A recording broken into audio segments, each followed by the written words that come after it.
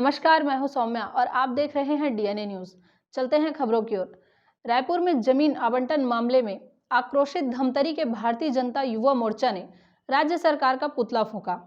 भाजयुमों ने कहा कि दावते इस्लामी संगठन को जमीन देना छत्तीसगढ़ महतारी के साथ नाइंसाफी है। सोमवार को धमतरी कोतवाली के सामने राज्य सरकार का पुतला फूंका गया, जमकर नारेबाजी भी की गई। वहीं महामहिम राज्यपाल अनसुईया उइके के नाम से अनुविभागीय दंडाधिकारी को ज्ञापन सौंपा गया।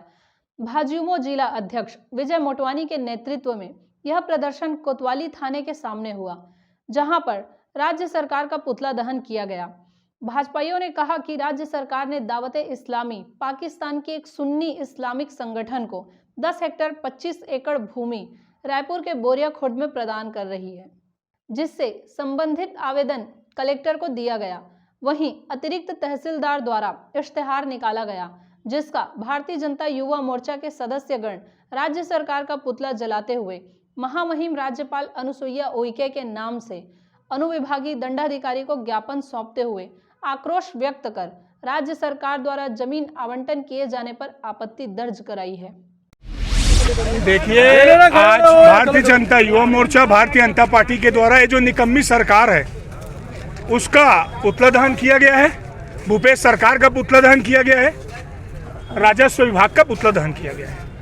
आपने देखा होगा, जब कांग्रेस की सरकार बनी 2 साल पहले जो पाकिस्तान का संगठन है दावते इस्लामी, उन्होंने आवेदन दिया छत्तीसगढ़ में। जब से कांग्रेस की सरकार आई है, इन्होंने आवेदन दिया कि हमें 10 हेक्टेयर 25 एकड़ जमीन दी जाए सामुदायिक भवन बनाने के लिए।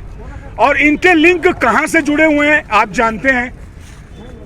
पाकिस्तान, इनके बारे में आप अच्छे से जानते हैं। यह आतंकवाद देश है, यह भारत का दुश्मन देश है।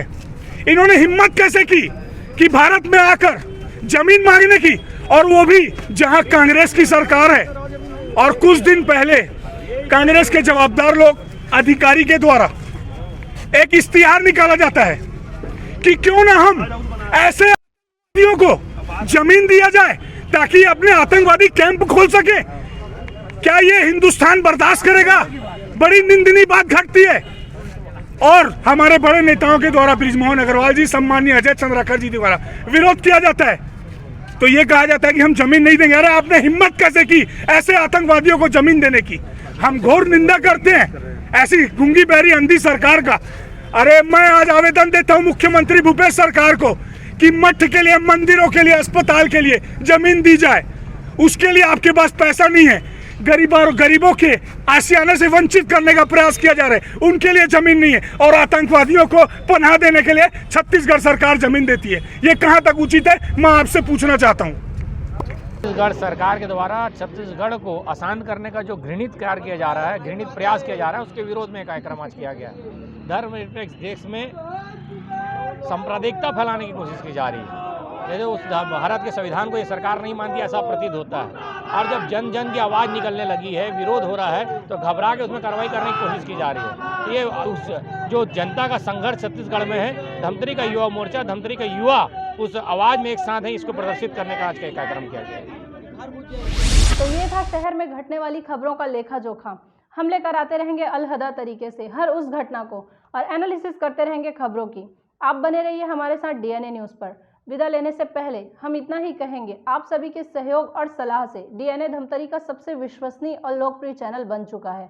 हमें उम्मीद है कि हमारा यह विश्वास हमेशा बना रहेगा, क्योंकि ये आपका अपना चैनल है। जय हिंद, जय छत्तीसगढ़, जय धमतरी।